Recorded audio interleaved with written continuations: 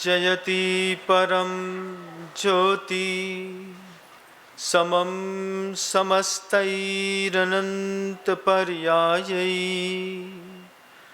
दर्पणतल्लिव सकला प्रतिफलति पदार्थमालिका यत्र गुरुवः पान्तनो नित्यं ज्ञानदर्शननायिका चारित्रार्णव गंभीरा मोक्षमार्गोपदेशका।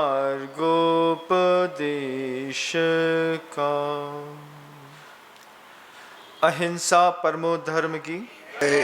परम पूज्य आचार्य भगवंत गुरुदेव श्री विद्यासागर जी महाराज की।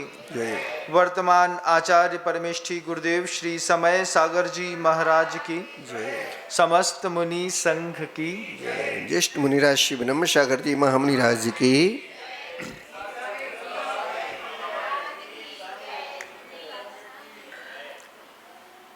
भारत में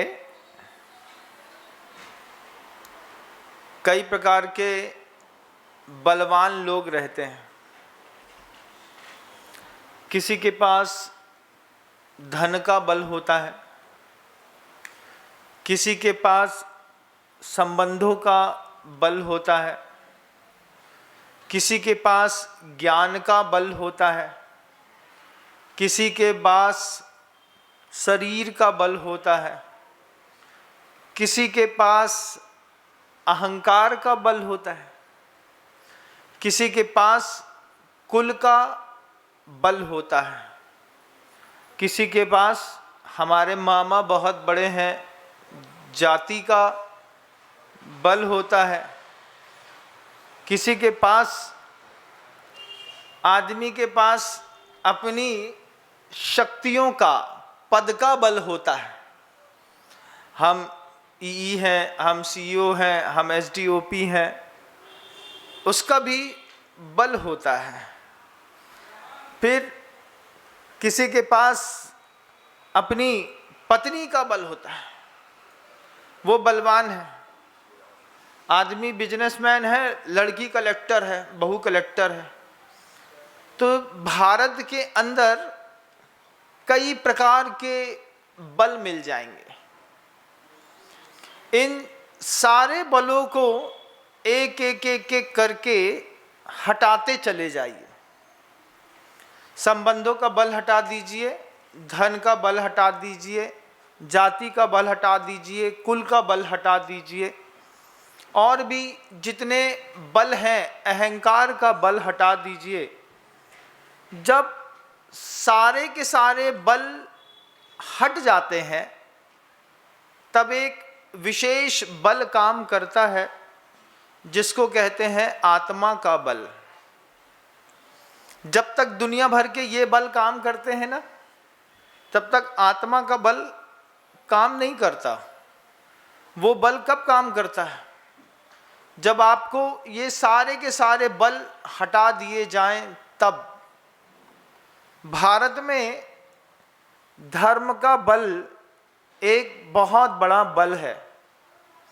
हम भारत की संस्कृति में रहने वाले श्रमण संस्कृति के लोग हों, वैदिक परंपरा के लोग हों, सनातन परंपरा के लोग हैं, हम सभी लोगों में अज्ञात शक्तियों के प्रति बहुत विश्वास है। हम सब अनविजुअल फोर्स पर बहुत ज़्यादा कॉन्फिडेंट रहते हैं कि वो फोर्स कुछ काम करता है, और उसके लिए तरीके हमने हजार अपनाए हैं। कोई नदी के बीच नदी में खड़ा होकर के अनविजुअल फोर्स के लिए लोटे में जल लेकर के उसी का जल उसी को समर्पित कर रहा है। कोई व्यक्ति पहाड़ में चढ़ कर के ध्यान में बैठ कर के उस बल की प्राप्ति के लिए दिगंबर तन लेकर के साधना कर रहा है। कोई व्यक्ति मंदिर में जा कर के विभिन्न तरीके की पूजा कर रहा है। ये जितने भी धार्मिक लोग हैं, इन सारे के सारे लोगों को धर्म पर और धर्म के बल पर विश्वास है। आपके घर में एक घटना घट जाए, मान लीजिए आप शाम के समय का भोजन कर रहे हो, दोपहर का भोजन कर रहे हो, आप दोपहर में 12 बजे, बहुत अच्छा कूलर चल रहा हो, अच्छी भोज्य सामग्री आपके पास आ रही हो, आप अच्छे से भोजन कर रहे हो, पत्नी अच्छे से भोजन परोस रही हो, अच्छा खिला रही हो, अचानक एक फ़ोन आए, आपके लड़का बहू का कार से एक्सीडेंट हो गया। जैसे ही फ़ोन आता है वैसे ही आपका अज्ञात के प्रति हाथ जुड़ जाते हैं, भगवान हमारे लड़का बहू की रक्षा करियो। ये हाथ जुड़ते हैं कि नहीं? ये ऐसा नहीं कि सिर्फ जैनों के जुड़ते हैं, सबके जुड़ते हैं। अगर अल्लाह को मानने वाले हैं तो वो भी कहता है या अल मदद, हमारी रक्षा करो। सिख अपने वाहे गुरु को पूछते हैं।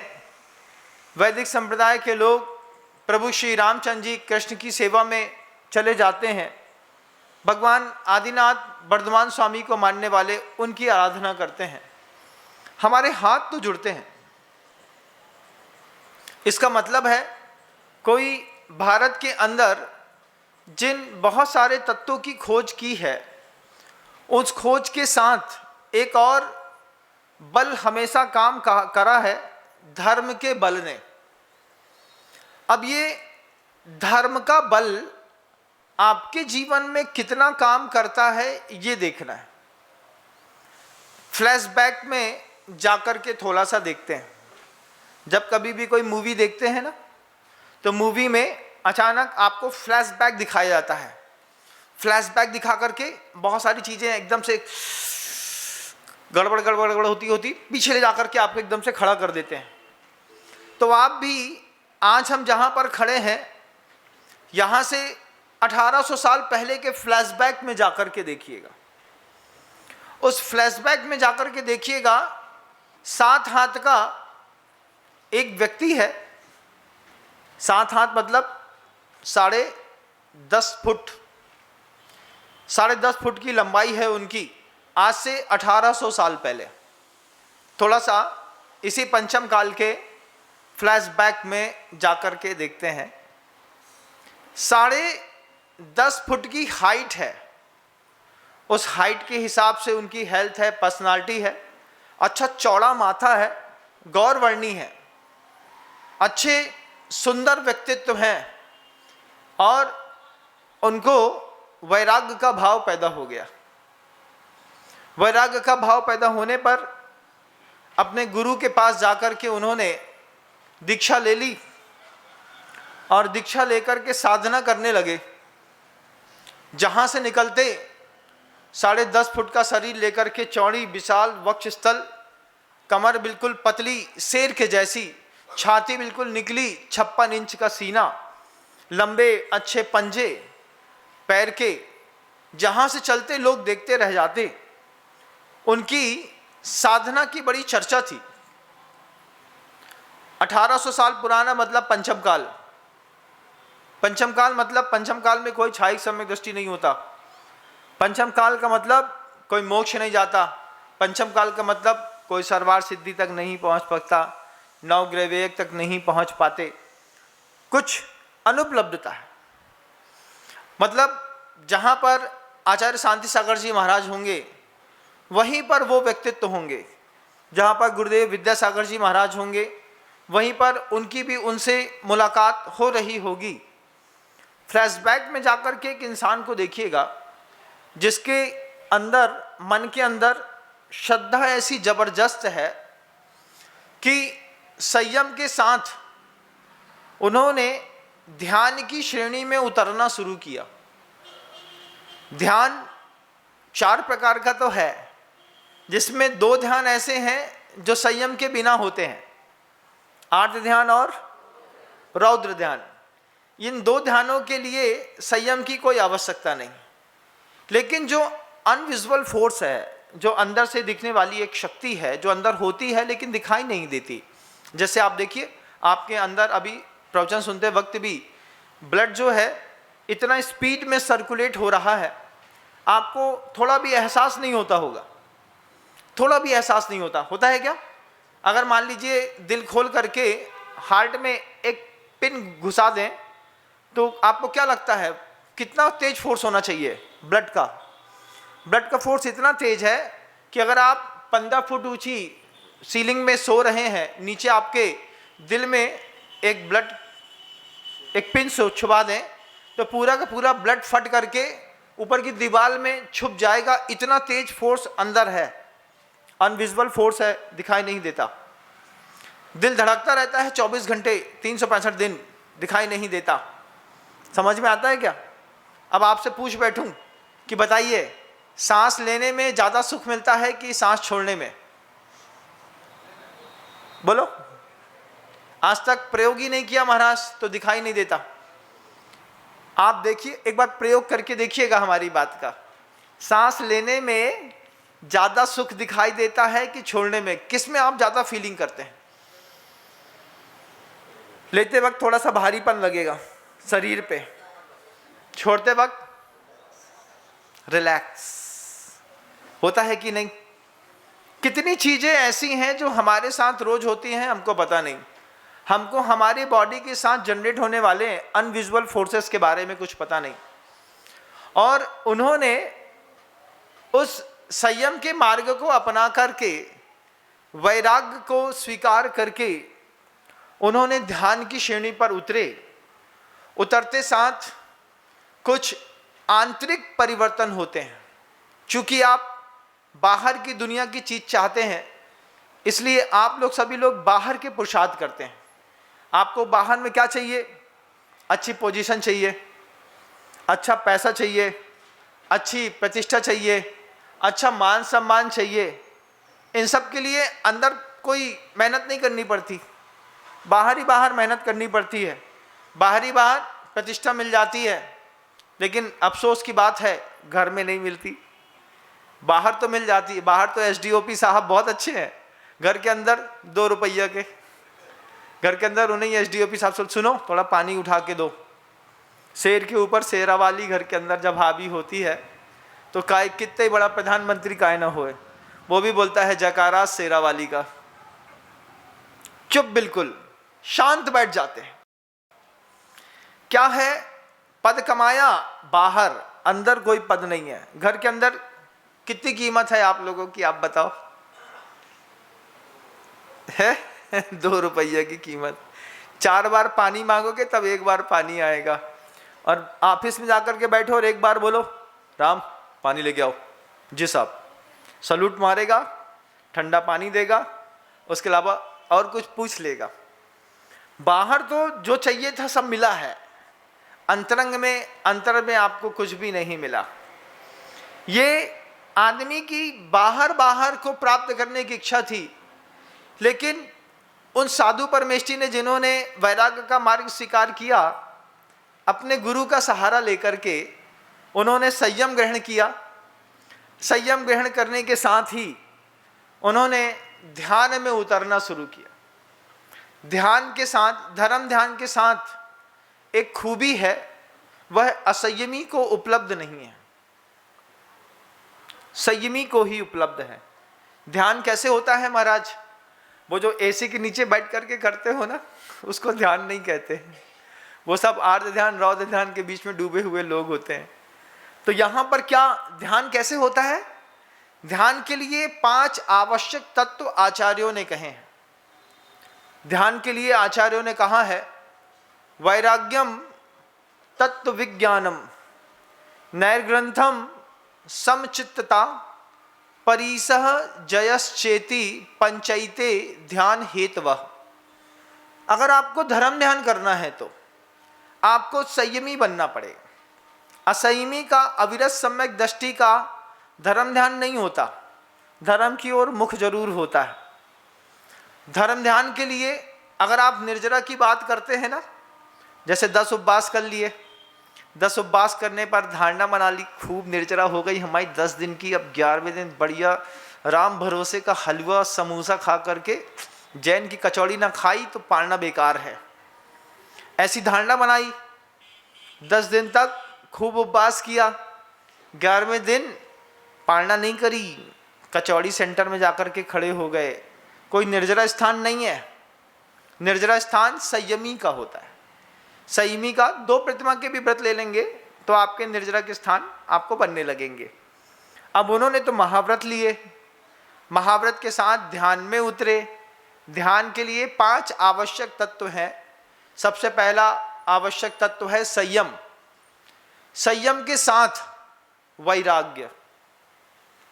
वैराग्य का मतलब संसार का, शरीर का और भोग का, तीनों प्रकार का वैराग्य। अब मैं आपसे पूछूं कि 3 प्रकार के वैराग्य में आपके पास कौन सा वैराग्य है? एक चीज सिर्फ टटोलने की बात है, अंतर्मन को जवाब भले आप मत दीजिए, लेकिन देखिएगा कुछ शक्तियां जो पैदा होती हैं उसके लिए अलग तरीके से आदमी अपनी मानसिकता तैयार करता है।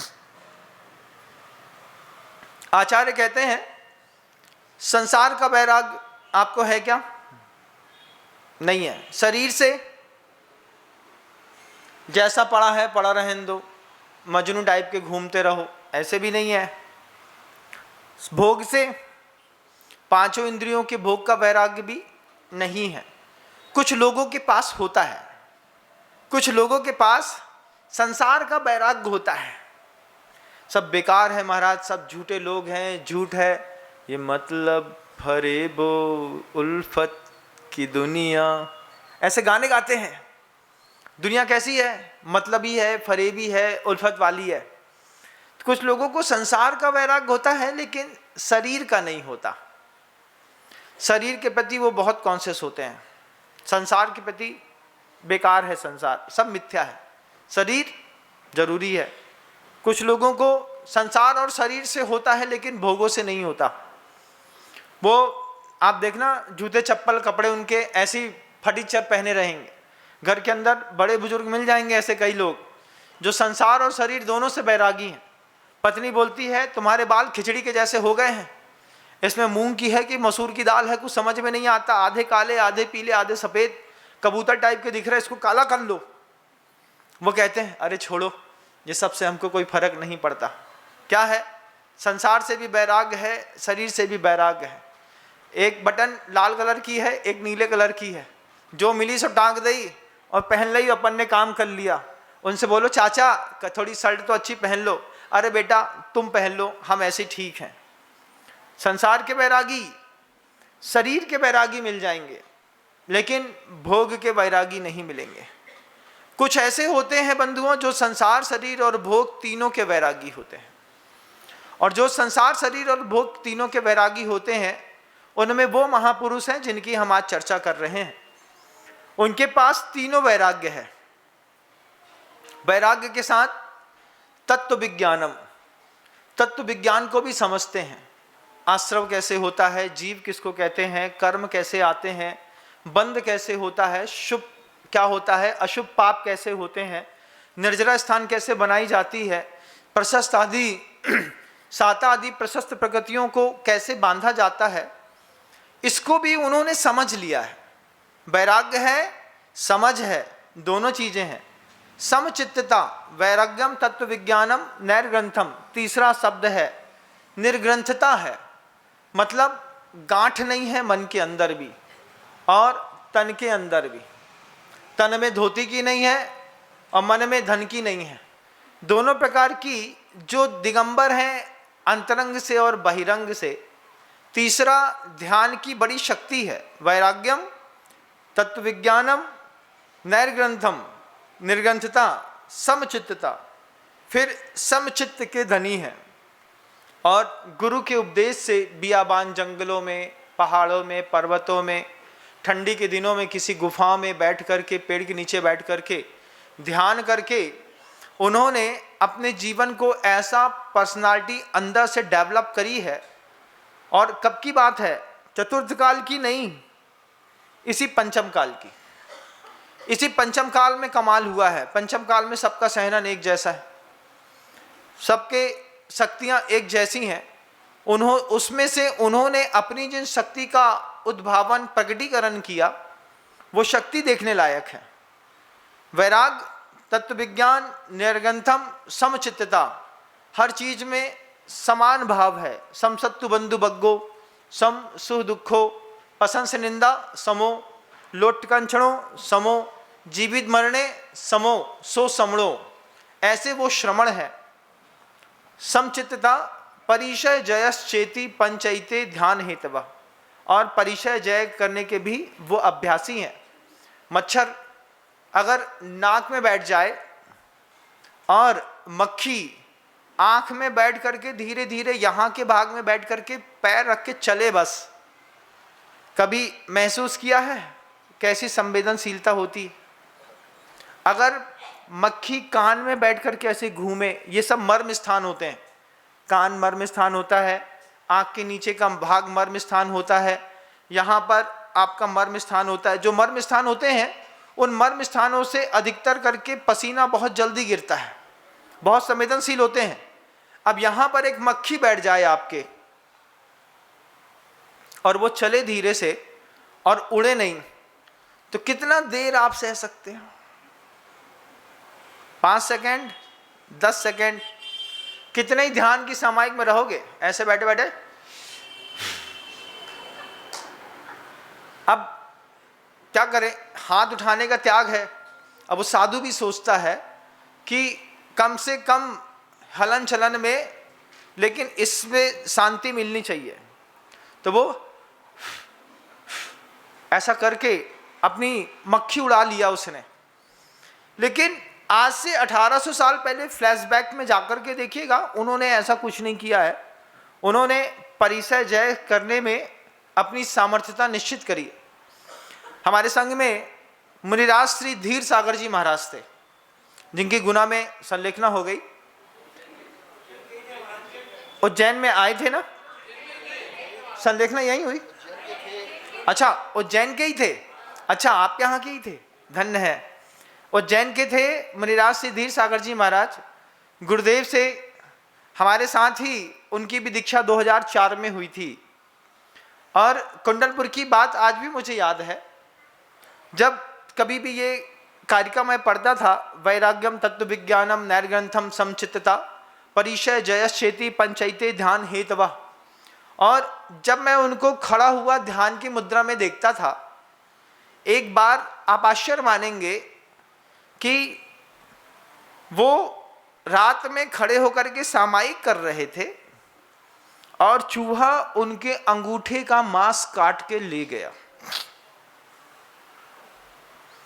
कितनी सहनशीलता होगी, कितनी समचित्तता होगी, कितना वैराग्य होगा, कितना तत्व विज्ञान होगा, कितना परिचय जय करने की सामर्थ्य होगी, एक चूहे के काटने मात्र से पता चल जाता है। चूहा आया, अंगूठे में आगे के भाग में पहले धीरे से आकर के छू करके जब छुआ, अपने मुंह से छूता है, उसका स्पर्श आपने कभी महसूस किया हो तो, नहीं किया हो तो कभी करिएगा। हम लोगों को तो महसूस होते रहते हैं, खुला बदन सोते हैं। अब किसी ने पता चला कमरे में सुला दिया, रात में उनकी धमा चौकड़ी शुरू, तब वो कोई पीठ में छूता है, कोई पेट में छूता है। इसलिए भी बड़ी मेहनत करनी पड़ती है, रात में आराम से बैठ करके गुजारते हैं तो भी नहीं मानते, वो भी आकर के घुटना छुएंगे, कहीं कुछ करेंगे। तो धीर सागर जी महाराज जी को जब वो खड़े होकर के समायिक कर रहे थे, रात में दाहिने पैर के अंगूठे का मांस काट करके चूहे ने करीब 5 सेंटीमीटर का गड्ढा कर दिया। खून लगातार वहां से बहने लगा। उन्होंने अपना ध्यान नहीं छोड़ा। 2.25 घंटे की समायिक करने के बाद वो उठे, उठ करके आवर्त करके जब देखा तो देखा कि खून पर्याप्त मात्रा में बह चुका है। ये वही धीर सागर जी महाराज हैं जब कुंडलपुर में मधुमक्खियों ने आतंक किया और इनके ऊपर मधुमक्खियां चिपक गईं, तो एक भी मधुमक्खी इन महापुरुष ने हटाई नहीं, शांति से उसी स्थान पर खड़े रह गए। उपसर्ग की नगरी से पैदा हुए उस आत्म तत्व में क्या गजब की उपसर्ग सहने की क्षमता थी, आप देखते रह जाएंगे। हम देखे तो देखते रह गए। सैकड़ों मक्खियां पूरे शरीर में चिपकी थी। मैंने खुद अपने हाथ से उनके डंक निकाले। गुरुवर ने खुद अपने हाथ से उनके शरीर पे घी और चंदन का लेप लगाया, वयावत्ती करी। क्या है? सहनन है। ध्यान को लेकर के कोई व्यक्ति कितना कॉन्शियस हो सकता है। आप मुनि श्री धीर सागर जी महाराज से के उस पवित्रम जीवन से देखिएगा, जहां पर वैराग्यम तत्व विज्ञानम नैर्ग्रंथम समचित्तता परिचय जयश्चेति पंचैते ध्यान हेतवा, ये 5 की 5 आवश्यक सामग्रियों के साथ संयम उनके जीवन में स्पष्ट दिखाई दे रहा था। चूहा उंगली का मांस काट के ले जाए और तुम पैर न हिलाओ, पंजा जहां रखा था अंगद के पैर के जैसा वहीं रखे रहे, और ध्यान की श्रेणी में उतर करके सुबह उठे तो आचार्य श्री जी बोले, अरे ये तो बड़ी घटना हो गई, मान लो रेबीज हो जाए, कुछ हो जाए तो। बोले अब आपका आशीर्वाद है, कुछ नहीं होगा। आचार्य भगवंत ने प्रयोग कर दिए। उस चूहे के काटे स्थान पर क्या कर सकते थे बताइए? आपको क्या लगता है? चूहे के काटे के स्थान को बढ़िया साफ सुथरा किया, डिटॉल से धोया। गुरुवर ने कहा इस स्थान पर मिर्ची डाल करके इसको बंद कर दो, वहीं पर ये ठीक हो जाएगा।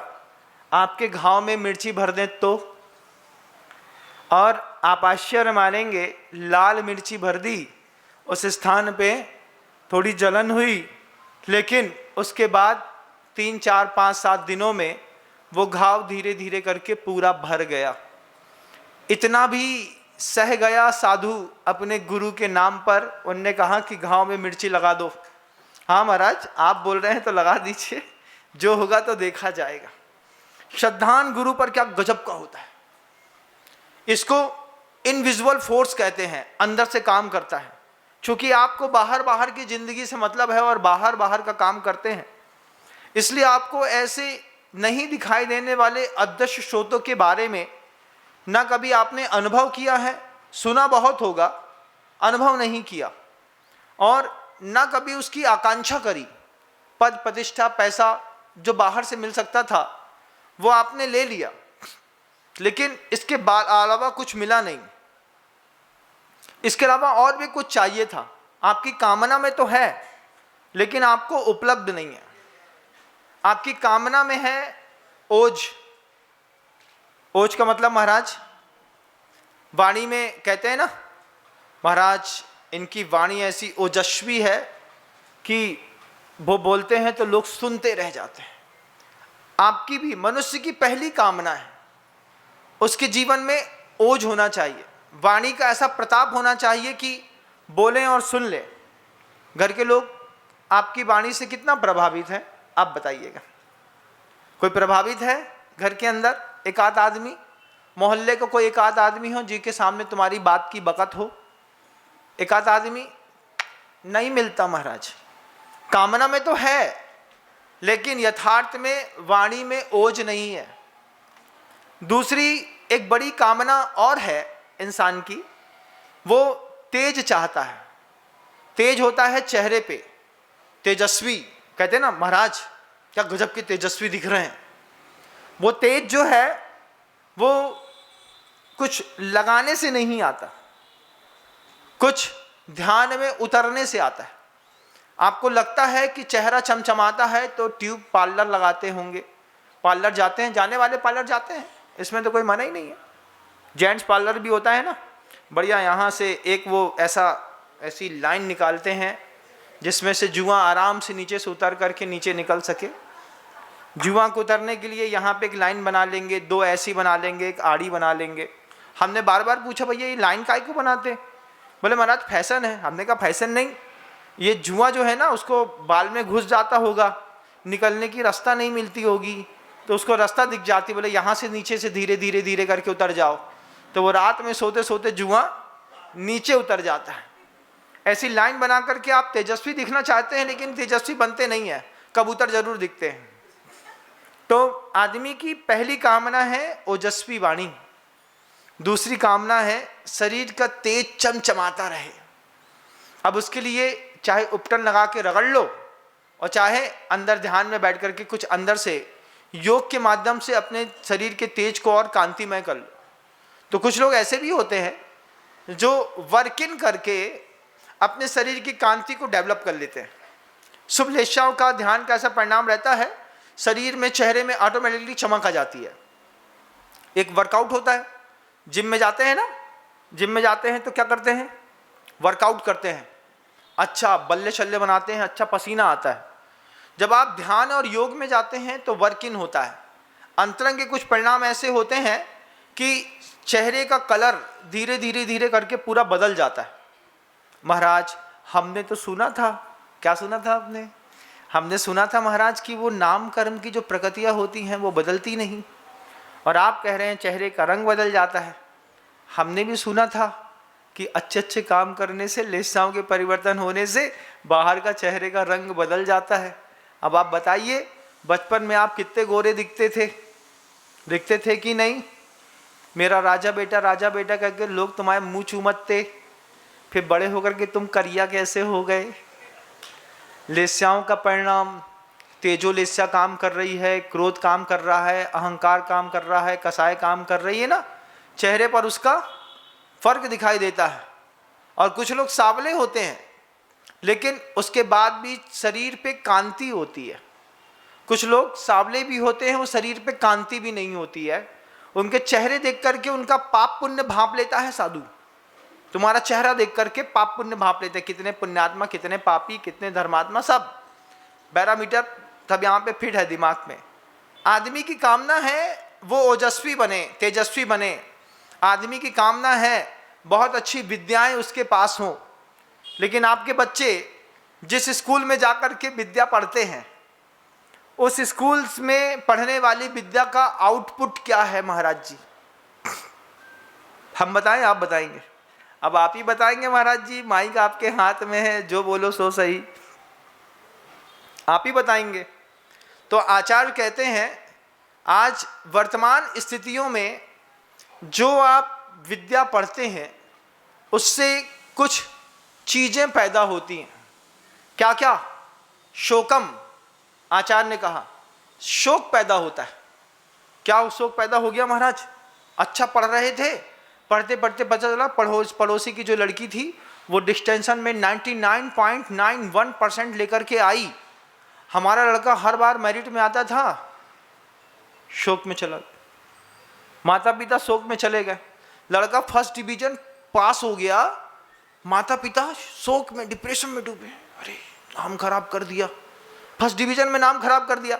अरे हमने तो थर्ड डिवीजन में अपने बाप का नाम ऊंचा कर दिया। पापा बोलते थे, बोले फेल मत होना भाई साहब, फेल होगे नाम काट देंगे। हम थर्ड डिवीजन पास होते रहे, तुम्हारा लड़का फर्स्ट डिवीजन पास हुआ, उसके बाद भी तुम्हारे पापा का मम्मी का मुंह उतरा है। तो तुम्हारी विद्या शोक पैदा करती है, और आपस में भी करती है, परिवार वालों को भी करती है। एक बच्चे को पढ़ाने में पूरे परिवार के लोग मेहनत करते हैं। लड़के का नीट का एग्जाम क्लियर कराना हो, पापा अलग परेशान, मम्मी अलग परेशान, बुआ अलग परेशान, लड़का अलग परेशान। कैसी विद्या है तुम्हारी, है कि नहीं? शोक पैदा करने वाली। फिर शोक के बाद उसी विद्या, वही विद्या आपके मन के अंदर भय पैदा करती है। पेपर दे के आ गए, अब महाराज जी हो पाएगा कि नहीं हो पाएगा, आप बता दीजिए। अरे हमने कहा भैया अब तुमने पेपर दे ही दिया, अब तुम काय को लोड ले रहे? अब महाराज जी लोड तो अभी है दिमाग के अंदर, क्या है? शोक के बाद अब अंदर से भय पैदा है, नहीं निकले तो। अब बैकअप प्लान अभी से स्टार्ट है, 2 महीने बाद आपका रिजल्ट निकलेगा। 2 महीने बैठे रहेंगे क्या महाराज? अगर मान लो नहीं निकले, एक सब्जेक्ट में फेल हो गए, अब अंदर घर से एग्जाम देकर के वापिस आता है, वापिस आने के बाद पूरा पेपर हल करता है, खुद को फिर से नंबर देता है, सही सही ऑब्जर्वेशन एक बार फिर करता है। अरे इसमें तो निकट लिए भैया, अरे बाबा 2 बैकअप तो लगेगा। अब अभी रिजल्ट आया नहीं, लेकिन अंदर क्या है? भय है, शोक है, भय है, अंदर डर है। अब डर के चक्कर में अभी 2 महीने तक 2 सब्जेक्ट की पढ़ाई और कर लेते हैं, फिर से उसी में लग गया। ऐसे कितने लोग हैं? आप लोग तो नहीं हो गए, आप लोग तो सब हमारी पर्सनालिटी वाले लोग हैं। 45-50 प्लस वाले लोग बड़े अच्छे हैं, इनने कभी दोबारा किताब उठा के ना पढ़ी हुई है। फेल हो गए तो हो गए, अब फेल करने वाले की गलती, अब हम उनकी गलती नहीं सुधार सकें, हम दोबारा ना पढ़ें, हमें जितना आता है उतने में हम हीरो हैं। लेकिन आज की जनरेशन के लोग शौक करते हैं, विद्या का आउटपुट है, जो एजुकेशन है ना, उस एजुकेशन का साइड इफेक्ट शौक में है, एजुकेशन का साइड इफेक्ट भय में है। बच्चे भयाक्रांत हैं, माता पिता भी भयाक्रांत हैं। महाराज जी आशीर्वाद दे दो ना, एक पूजा करा दो, एक ये करा दो, वो करा दो। भैया इससे ना होगा, कैसे होगा? तुम्हारे बच्चे का जो क्षयोपम है उसी क्षयोपम का कमाल दिखाई देगा। तो अभी एजुकेशन का साइड इफेक्ट शोकम, भयम, फिर तीसरा अवसादम। तीसरा क्या है? फेल हो गए, डिप्रेशन में चले गए, ऐसो देवदास टाइप को मुंह बन गो। काय भैया का होगा? कछु नहीं यार, जब से जो मोड़ा फेल भाव है तब से जो ना खात है ना पियत है, सिर में गर्मी बढ़ गई, जब देखो तब बस तोता तोता तोता तोता ऐसे ही बोलते रहे थे। ये क्या हो गया? बच्चे डिप्रेशन में चले गए। आपने देखा डिप्रेशन में गए हुए किसी स्टूडेंट को? हमने आईआईटी के इंजीनियर्स देखे हैं, आईआईटी पास करने के बाद अच्छी कंपनी में जॉब करने के बाद अवसाद में चले गए। माइंड में, दिमाग में वर्कलोड के कारण इतनी गर्मी बढ़ गई कि दिमाग, कंप्यूटर पूरा बस्ट हैंग हो गया। तो ये आज की जो एजुकेशन है, आज की एजुकेशन शोक पैदा करती है, आज की एजुकेशन भय पैदा करती है, आज की एजुकेशन अवसाद पैदा करती है। आपके बच्चे भी उस अवसाद को सरवाइव कर रहे होते हैं, चाहे वो 5th क्लास का बच्चा भी क्यों ना हो। उसको स्वस्थ, सुंदर, व्यवस्थित भोजन देना पड़ता है। उसकी आक्रामकता बताती है कि हम अपनी स्कूल में फेल हो रहे हैं, तो हम जितना जितना सब्जेक्ट में फेल हो रहे हैं उतना उतना हमारी एक्शन में आक्रामकता बढ़ती चली जा रही है। लड़का चिड़चिड़ कर रहा है, लड़की चलो ना दिमाग खराब मत करो, ऐसा हो गया वैसा हो गया, ये वो। आप बोलते हैं महाराज बच्चा को पता नहीं कहाँ होगा, वो इतनी चिड़चिड़ करत है। अचानक नहीं है वो चिड़चिड़, वो चिड़चिड़ के पीछे एजुकेशन काम करती है। शोकम, भयम, अवसादम। फिर चौथा शब्द लिखा है शिक्षा का साइड इफेक्ट, क्लेदम। शरीर में वर्कलोड बहुत रहता है। सुबह 7:30 बजे, अभी मैं इंदौर में था, 8 महीने इंदौर में था मैं, एक बच्ची को देखा मैं, वो बच्ची 2 स्कूल बैग लेकर के स्कूल जा रही थी। हमने उससे पूछा तुम पहली अजूबी हो जिसके एक बच्ची के हाथ में 2 स्कूल बैग, और उसकी शरीर के वजन की ताकत से ज़्यादा। हमने कहा किसका है ये बैग? बोले पीठ वाला मेरा है और ये वाला भी मेरा है। हमने कहा 2 बैग से पढ़ती हूँ? बोले महाराज इतना कोर्स है कि उसके कारण 2 बैग तो लग ही जाते हैं, और कुछ बुक्स तो स्कूल में रखी रहती हैं, कुछ बुक्स वक्त पढ़ने पर हमको और बुलानी पड़ती हैं। कितना लोड है, वर्क लोड, कि शरीर में क्लेद मतलब अजीब तरीके की जकड़न, दर्द पैदा होता है। अब सोचो पसीना बहता है अपना बिस्तर, बोरिया बिस्तर बैग उठाते धरते समय भी। तो ये भी एक विद्या का, एजुकेशन का साइड इफेक्ट है। आप चाहते हैं विद्या, आपका बच्चा चाहता है, आपके बच्चे पढ़ रहे हैं उसी स्टैंडर्ड वाले स्कूल में जिसमें एक ढर्रे की शिक्षा सिखाई जा रही है। जीवन जीने के लिए जो चाहिए है वो नहीं दिया जा रहा, पैसा कमाने के लिए जो चाहिए है वो दिया जा रहा है। आप अपने बच्चे को वही सिखाते हैं, भैया पैसा कमाना सीख लो, बाकी सब तो ठीक है। बाकी सब का ठीक है भैया? चंदू कक्का, बाकी कछु ठीक नहीं है। पैसा कमाने वाली विद्या सिखाने के चक्कर में physics, chemistry, math, biology, science, chemistry, art, इस सब में बच्चे को घुसा दिया। अब वो बेचारा शोक में है, भय में है, अवसाद में है, उसके शरीर पे वर्कलोड है, क्लेदम, शोकम, भय, अवसादम, क्लेदम। फिर कालुष्य, कलुषता भी बहुत होती है। आपने देखा बड़ी बड़ी महाविद्यालयों में जब बच्चे एक दूसरे को सह नहीं पाते हैं तो अटैक हो जाता है, झगड़े हो जाते हैं, कलुषता मन के अंदर मानसिक, वाचनिक, शारीरिक तीनों बढ़ जाती है। तो ये भी एजुकेशन ये भी बढ़ाती है कि नहीं? आपका बच्चा इसमें से क्या क्या चीज़ सर्वाइव कर रहा है, एक बार टेस्ट कर लीजिए। बस मैं आपको टॉपिक दे रहा हूँ, अब आपका बच्चा संपन्न है, बीमार है, हंसमुख है, क्या है, आप खुद चेक करिए कि बच्चे शोकग्रस्त तो नहीं है, बच्चे को 24 घंटे टेंशन है, हमारे पेपर आने वाले, पेपर आने वाले, पेपर आने वाले। भयग्रस्त तो नहीं है, अवसादग्रस्त तो नहीं है, बच्चे का शारीरिक विकास पता चला एजुकेशन के चक्कर में रुक गया। क्लेदग्रस्त तो नहीं है, शोकम भय अवसादम क्लेदम कालुष्य, बच्चे के अंदर आक्रामकता तो पढ़ाई के चक्कर में नहीं बढ़ रही है, बच्चा बहुत ज़्यादा हिंसक तो नहीं हो रहा। कई बार बच्चे जो होते हैं अपने मेंटल फ्रस्ट्रेशन को हटाने के लिए, स्कूल के मेंटल फ्रस्ट्रेशन को हटाने के लिए मोबाइल गेम्स में सबसे ज़्यादा हिंसात्मक गेम को खेल करके अपना फ्रस्ट्रेशन रिलीज करते हैं। तो अगर आपका बच्चा आपके मोबाइल ऐप में कोई ऐसा गेम खेलता हो जिसमें सिर्फ बंदूक, तीर, कमान, भाले, बम फेंकना, फोड़ना, तोड़ना, फाड़ना, चीरना लिखा हो, तो आप समझिएगा आपका बच्चा अभी हाइपर वायलेंस जोन में सरवाइव कर रहा है। हाइपर वायलेंस जोन HVP, इस पे सरवाइव कर रहा है और ये पूरी की पूरी एजुकेशन का फ्रस्ट्रेशन गेम खेल करके और हिंसा कर करके वो निकाल देता है। तो कालुष्य की अधिकता भी आपके बच्चों को बढ़ती है। कोई भी सृजनात्मक गेम खेलना अलग बात है और आउटडोर गेम्स अलग बात है, लेकिन ये बच्चे जो होते हैं ना, इनको बस एक वाईफाई का डिब्बा दे दो, एक टैबलेट दे दो और उसमें लगे रहेंगे गेम खेलने में। ये गेम खेलने में किसी को हराना चाहते हैं, किसी से जीतना चाहते हैं, किसी को मारना चाहते हैं, मरना नहीं चाहते। शोकम भय अवसादम क्लेदम कालुष्य अपि हित्वा, और क्या है, फिर दो चीजें और घट जाती हैं। सत्व घट जाता है, शरीर की ताकत घट गई, लड़का बिल्कुल अगरबत्ती टाइप को दिख रहा है ऐसो। और कुछ लड़का, मान लो कुछ बच्चे ऐसे होते हैं जिनका ब्लड प्रेशर छोटी उम्र में बढ़ने लगता है, तो वो बहुत ज़्यादा खा करके बहुत फैटी दिखने लगते हैं। तो ये बच्चे सत्वविहीन हो जाते हैं। आपके बच्चों का ही तो कमाल है ना। आप बताइए, आपके घर के अंदर अभी नई शादी हुई होगी, नई शादी में कॉम्प्लिकेशन आ गया। वो कॉम्प्लिकेशन क्यों आ गया? आपका बच्चा, आपके नया दंपति संतान पैदा करने की ताकत नहीं रख रहा है, सत्व से हीन पैदा हो गए बच्चे। एजुकेशन के चक्कर में खून, मानसिक शक्तियां इतनी जल गई कि आदमी का फर्टिलिटी रेट गिर गया।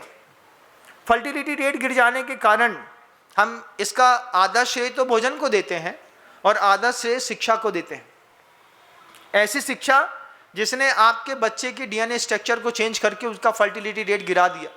अब आप परेशान हैं, महाराज शादी हो गई, 70 लाख, 1 करोड़, 2 करोड़ लगा करके ब्याह करो, और ब्याह करने के बाद मोड़ा पैदा नहीं कर पा रहा। अब जाइए बहुत सारे केंद्रों में जा कर के और व्यवस्थाएं बनाई हैं, जबकि पहले दिन से व्यवस्थाएं बिगाड़ दी।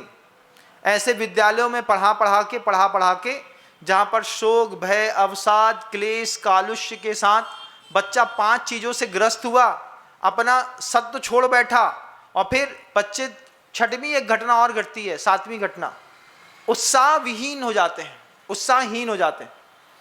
बच्चे में किसी भी चीज़ को लेकर के कोई उत्साह ही नहीं है। बेटा मामा कहाँ चले, हमें नहीं जाने, तुम चले जाओ। बेटा सब्जी ले आओ, हमसे ना हो पाएगा, तुम कर लो। बेटा अपन घूमने चले, हमारी इच्छा नहीं है, तुम कर लो। किसी चीज़ में बच्चे को उत्साह नहीं है। आपका बच्चा भी ऐसा है क्या? थोड़ा बहुत बीमार होगा। इन 5-7 सेक्टर में अगर आपके बच्चे ने 2 पॉइंट भी टच कर लिए हैं ना, तो आपका बच्चा, जैसे वो होता है ना कोलेस्ट्रॉल 250 पार कर जाए तो आदमी, डॉक्टर इंसान को ज्ञान दे देता, भैया कम करो, क्या घी, माल, मसाला कम करो। ऐसे ही ये भी अगर 7 पॉइंटों में आपके बच्चे को 2 पॉइंट भी टच करते हैं, तो आप अपने बच्चे के लिए, भैया थोड़ा वर्कलोड, प्रेशर कम करो, उससे बोलो तुम जैसे हो बस हमको प्रिय हो, पढ़ाई से मतलब नहीं, हम तुमसे प्यार करते हैं। ऐसा बोल करके बच्चे का मेंटल फ्रस्ट्रेशन रिलीज करो। शोक हटेगा, भय हटेगा, अवसाद हटेगा, क्लेश हटेगा, कालुष्य हटेगा, सत्व बढ़ेगा, उत्साह बढ़ेगा। हमारे पिताजी ने जब पहली बार हमसे कहा था, बेटा 3rd डिवीजन सही पास हो जाना, हम भी खुश, तुम भी खुश। हम इतने खुश थे कि पापा ने हमारा सही ऑब्जर्वेशन किया। अपन तो 3rd डिवीजन वाले थे, 3rd डिवीजन आते रहे, 12वीं तक 3rd डिवीजन ही आता रहा, कभी फर्स्ट आए नहीं अपन। और इस बात को कहने में कोई संकोच नहीं। क्यों? उत्साह की जिंदगी जी, आज भी उत्साह बना हुआ है। अभी पढ़े लिखे लड़कों को बुला करके हमारे पास बच्चे आकर के बैठते हैं, जो पढ़े लिखे घर के होते हैं, ऐसे बैठे रहते हैं।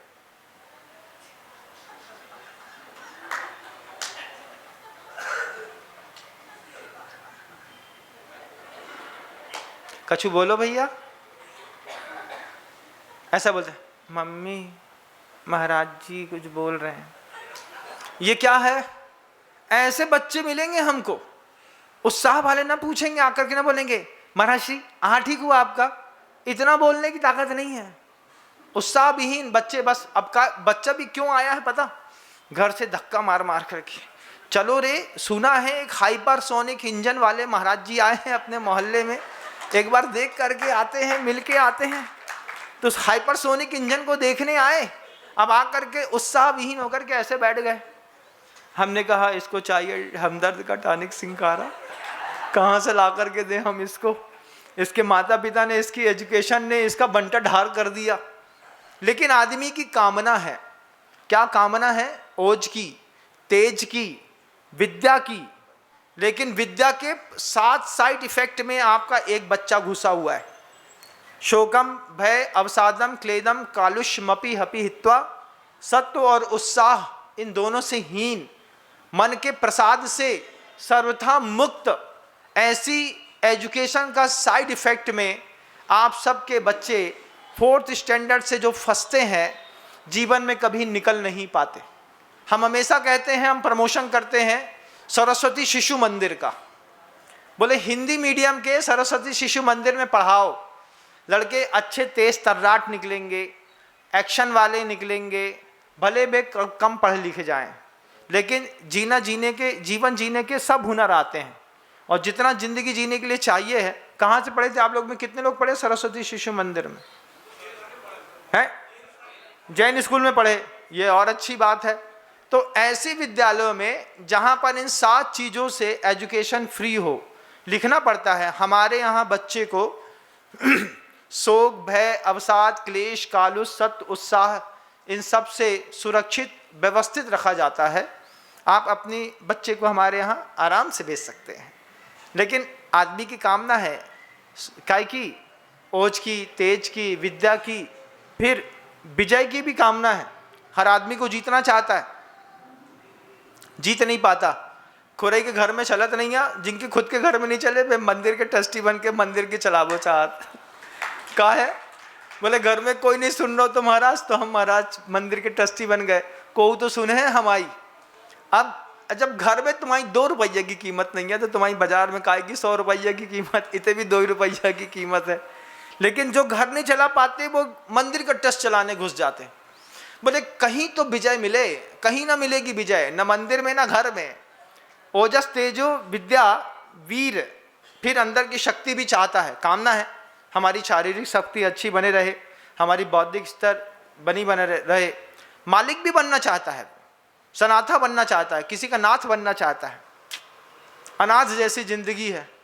अगर घर में 50 साल पुराने हो गए ना आप लोग, घर में रहते रहते कितने साल हो गए बोलो?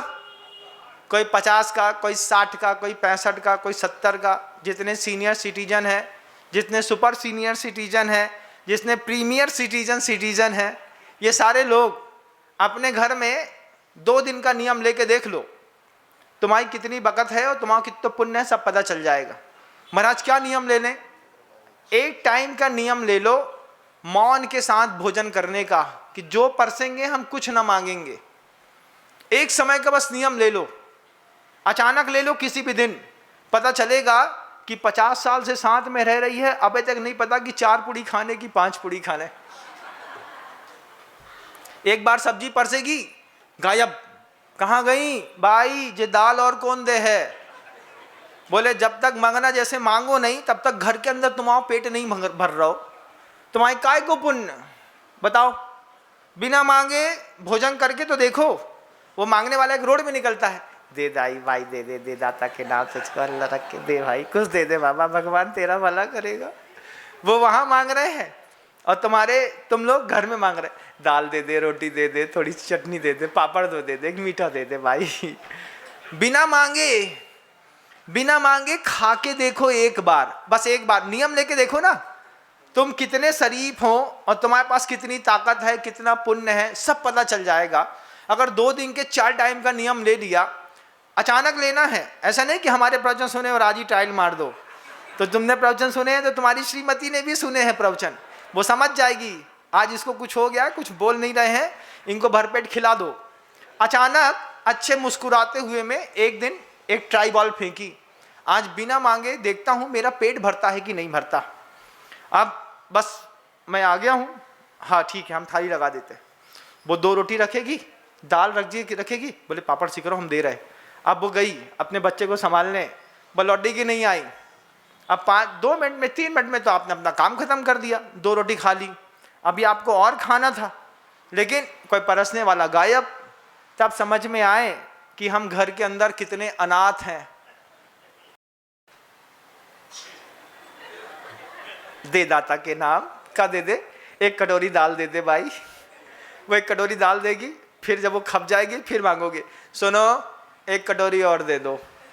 हम सोचते हैं एक बार सहधर्मिणी को पता तो हो कि इनका अंतिम कोर ये खत्म हो जाएगा और इनका फिनिश हो गया, लेकिन साथ में इतने बरसों रहने के बाद भी आपका आपकी पत्नी के साथ, पत्नी का पति के साथ कोई ऐसा मेंटली बाउंडेशन नहीं हुआ आज तक कि आज तक वो समझ पाई हो कि ये अच्छा, कि ये अच्छा, कि इतना देना कि कितना देना। बोले तुम्हें जब देखो तब हमारे खाना में नौटंकी दिखत है, जब देखो तब तुम मीन में निकाले थे। हमने जब भी पूछी दाल कैसी बनी, ठीक है। अरे कभी तो अच्छे से बोलते कि ठीक है, कभी नहीं बोली। ये परिस्थिति घर के अंदर बनती है कि नहीं? हाँ करो, हाँ करो, नहीं तो पाप पड़ेगा। बनती है महाराज। ऐसी स्थिति के बीच में आप रहते हो और ऐसी स्थिति में आप चाहते हो कि हमें कुछ मिल जाए।